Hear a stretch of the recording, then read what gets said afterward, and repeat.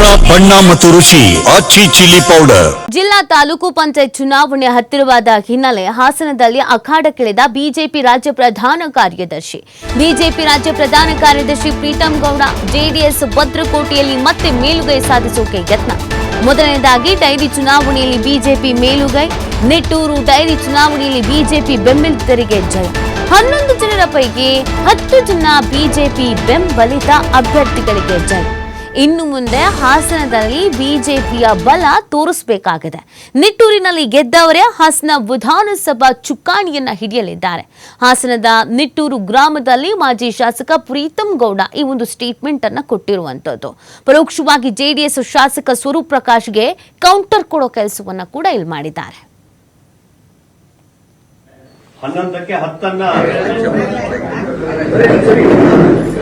ಫಲಿತಾಂಶ ನಿನ್ನೆ ಸಂಜೆ ಪ್ರಕಟ ಆಗಿದೆ. 11ಕ್ಕೆ 10 ಗೆಲ್ಲೋದ್ರ ಮುಖೇನ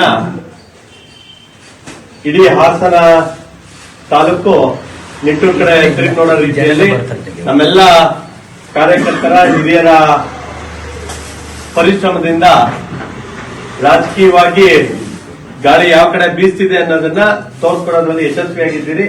ಹಾಗಾಗಿ ಎಲ್ಲ ಹಿರಿಯ ಮುಖಂಡರಿಗೆ, ಗೆದ್ದಿರುವಂತಹ ಅಭ್ಯರ್ಥಿಗಳ ಜೊತೆಗೆ ನಿಮ್ಮ ಗೆಲುವಿಗೆ ಶ್ರಮಿಸಿದಂತ ಎಲ್ಲ ಹಿರಿಯ ಮುಖಂಡರಿಗೆ ನಾನು ಅಭಿನಂದನೆಯನ್ನ ಈ ಸಂದರ್ಭದಲ್ಲಿ ತಿಳಿಸ್ತೀನಿ. ಬಹುಶಃ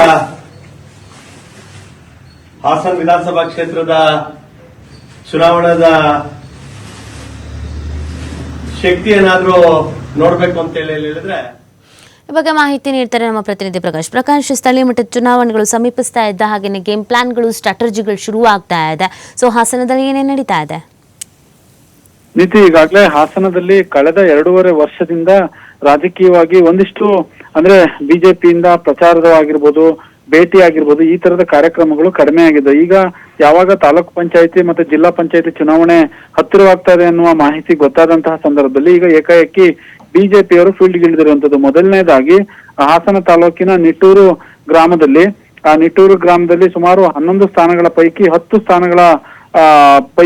ಸ್ಥಾನಗಳು ಬಿಜೆಪಿ ಬೆಂಬಲಿತ ಅಭ್ಯರ್ಥಿಗಳು ಈಗಾಗಲೇ ಜಯಗಳಿಸಿರುವಂತದ್ದು. ಹಾಗಾಗಿ ಎಲ್ಲೋ ಒಂದ್ ಕಡೆ ನಿಟ್ಟೂರು ಕ್ಷೇತ್ರದಲ್ಲಿ ಅಲ್ಲಿಗೆ ಹೋಗಿ ಮಾಜಿ ಶಾಸಕ ಬಿಜೆಪಿ ರಾಜ್ಯ ಪ್ರಧಾನ ಕಾರ್ಯದರ್ಶಿ ಏನಿದ್ದಾರೆ ಅವರು ಅಲ್ಲಿಗೆ ಹೋಗಿ ಎಲ್ಲರನ್ನು ಕೂಡ ಸನ್ಮಾನ ಮಾಡುವಂತಹ ಸಂದರ್ಭದಲ್ಲಿ ಒಂದು ಮಾತನ್ನೇ ಹೇಳಿರುವಂತದ್ದು. ನಿಟ್ಟೂರು ಭಾಗದಲ್ಲಿ ಯಾರು ಮೇಲುಗೈ ಸಾಧಿಸ್ತಾರೆ ಅವರು ಹಾಸನ ವಿಧಾನಸಭಾ ಕ್ಷೇತ್ರದ ಚುಕ್ಕಾಣಿ ಹಿಡಿತಾರೆ ಅನ್ನುವ ಮುಖಾಂತರ ಎಲ್ಲೋ ಒಂದ್ ಕಡೆ ಜೆಡಿಎಸ್ ಹಾಲಿ ಶಾಸಕ ಸ್ವರೂಪ್ ಪ್ರಕಾಶ್ ಅವರಿಗೆ ಟಾಂಗ್ ಕೊಟ್ಟಿರುವಂತದ್ದು.